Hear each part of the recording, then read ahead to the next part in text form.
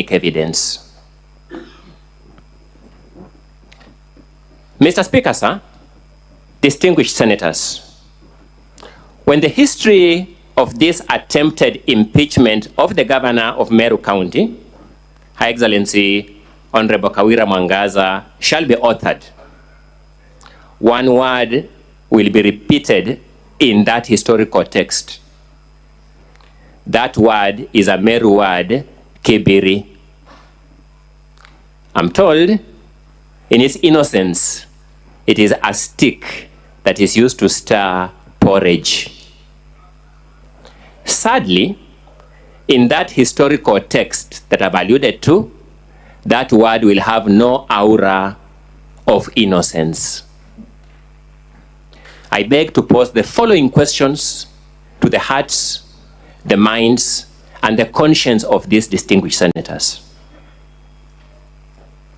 Are we, in making a decision this evening, going to dignify the Kibiri movement that we have seen today by impeaching this governor?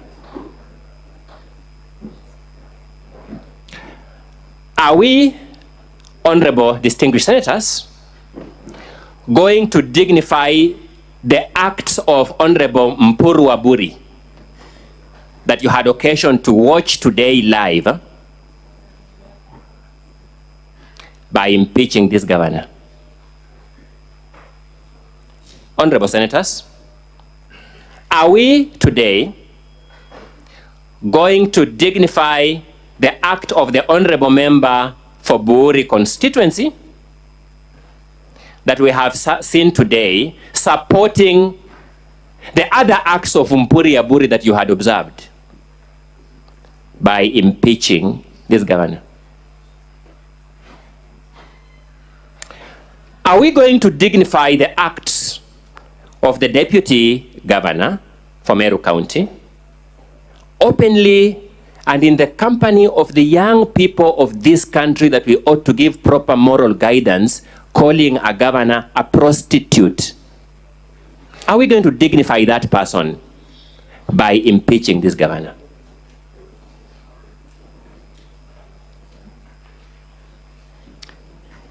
The governor has been accused of being a leader who disrespects other leaders. Video clips of the alleged disrespect have allegedly been played here, including a song, Wenye Wivu Wajinyonge. On the other hand, the governor has demonstrated to you the sins that have been committed against her by those very leaders she is accused of disrespecting. Distinguished senators, in good conscience, are you going to vote that this governor is a greater sinner than she has been sinned against? In good conscience.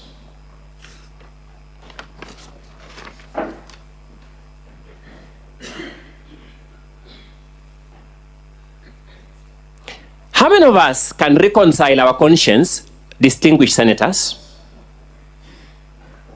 with the fact that it is the men you saw today uttering the words you saw them utter and projecting the actions that you saw them project as against the governor that have actually come to this house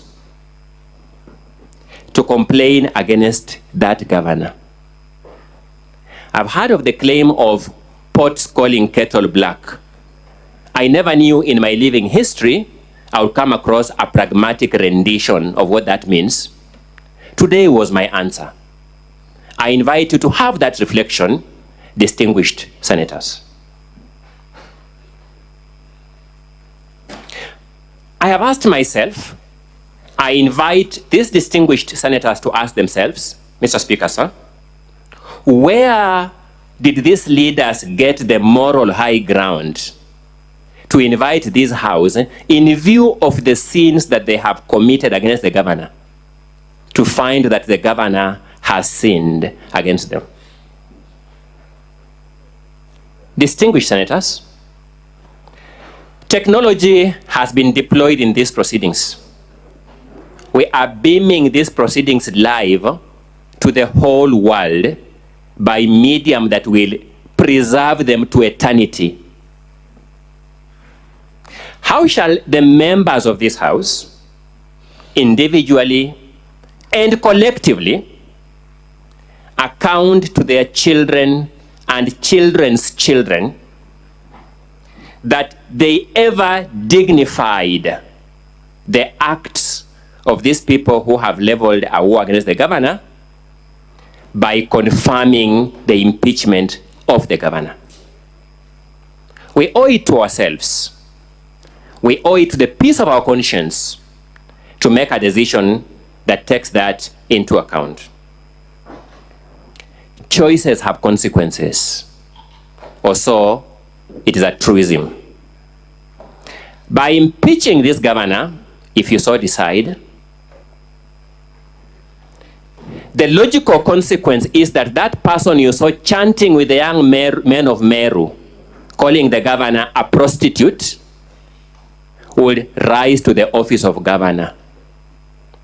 Is that the desirable outcome you want out of your decision this evening, distinguished senators?